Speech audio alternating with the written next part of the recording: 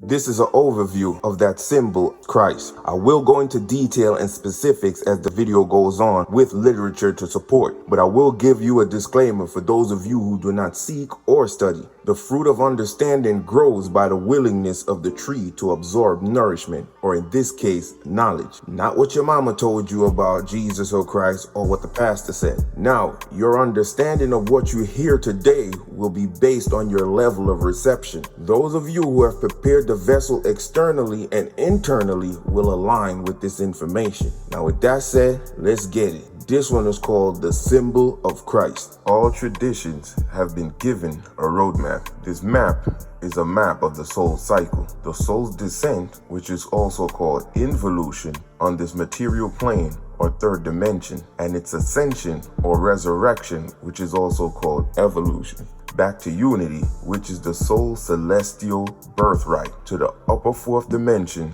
and above, what we call heaven. The soul returns to unity with the Most High God, now with newly acquired knowledge from this school or training ground, which we call earth or the third dimension. So basically, all traditions have been given this roadmap, and this roadmap is a map of the soul cycle. What's the cycle? The cycle is the soul descent on earth, which is called involution. And while on earth, it has to acquire knowledge through trials and tribulation. After these trials and tribulations, it has to ascend, or what is called resurrection or evolution. Once it ascends back to unity, back to its original celestial state. But this time it returns with newly acquired knowledge that it got from earth, or this training ground we call the third dimension. We once operated purely as celestial souls or churches on the earth, but the posterity or the children of this church had fallen from their godly celestial state, where they were once even able to converse with angels because there was no division between heaven and earth. This was called the golden age in the procession of the equinox, or called the most ancient church, or also called Adam. Adam has multiple meanings, not just one. At this time, all lines of communication with heaven and earth was all internal.